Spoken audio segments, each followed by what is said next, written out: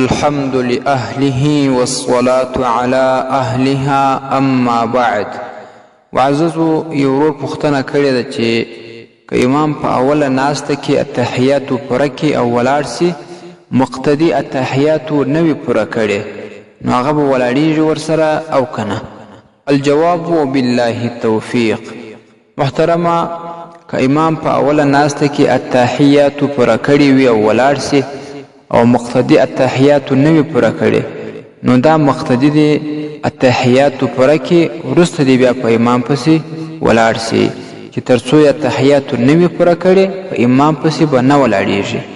امام شامی رحمه الله رد المحتار کې وایي چې که څه هم د امام متابعت فورا بغیر د تاخیره واجب دی چې ځان پکې ونه کړي د امام متابعت وکړي، لیکن فإن عارضها واجب کچیر د دې واجب سره یو بل واجب په ټکر کې ولویږي بل واجب هم راسي لا ينبغي ان يفوته بل يأتي به ثم يتابع.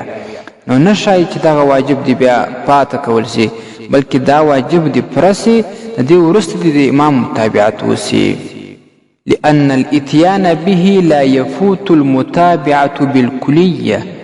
نو چې کله دی دغه واجب التحیات وویل بیا په امام پسې ولاړ سوې نو دواړه واجب ادا سوه، خو د امام متابعت واجب و صرف په هغه کې لږ ځنډ رالی نور هغه پاته سوی نه دی، دواړه واجب باندې په دغه ترتیب عمل راځي. رد المحتار اول جلد 340 صفحه، فقه العبادات اول جلد 8 صفحه، مراقي الفلاح اول جلد 251 صفحه. السلام علیکم ورحمة الله وبرکاته. ستاسي د اسلامي پوښتنو جوابونکی مفتي حکیم الله صابر الحنفي صاحب.